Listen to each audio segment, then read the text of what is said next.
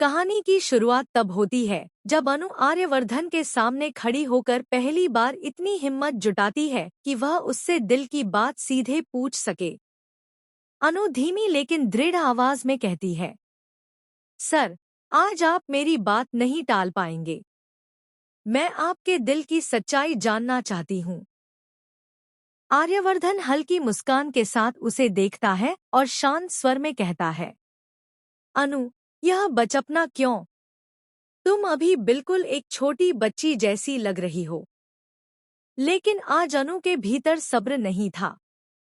वह आगे बढ़कर कहती है, अगर आप मेरी बात को फिर टालेंगे तो मुझे लगेगा कि मीरा मैडम के लिए भी आपके दिल में कुछ है, और फिर मैं समझूंगी कि आप मुझे धोखा दे रहे हैं।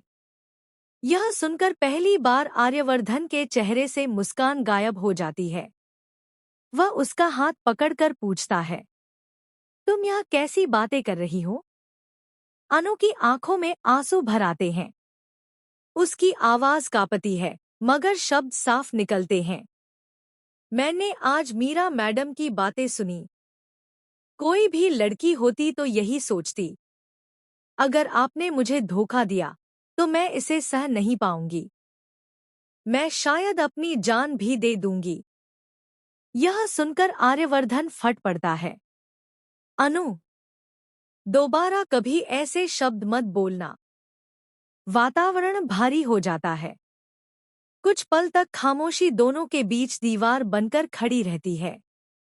फिर अचानक आर्यवर्धन अनु को अपनी ओर खींचकर उसके होठों पर किस कर देता है। अनु एक पल को डर जाती है, पर फिर धीरे धीरे उसकी आंखों में वही भरोसा लौट आने लगता है। वो शर्माती है, पर खुद को रोक नहीं पाती। वह भी आर्यवर्धन को गले लगा लेती है। दोनों एक दूसरे में खो जाते हैं, जैसे पूरा संसार थम गया हो।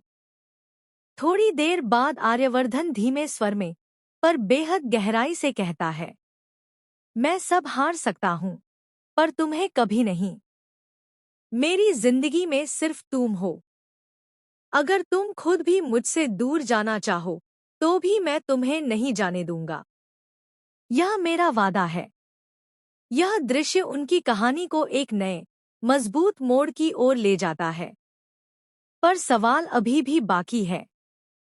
क्या इस प्यार की राह में मीरा या कोई और मुश्किल खड़ी करेगी? क्या अनु और आर्यवर्धन अपने रिश्ते को बचा पाएंगे, या फिर शक्ति, अहंकार और गलतफहमियां इस प्यार की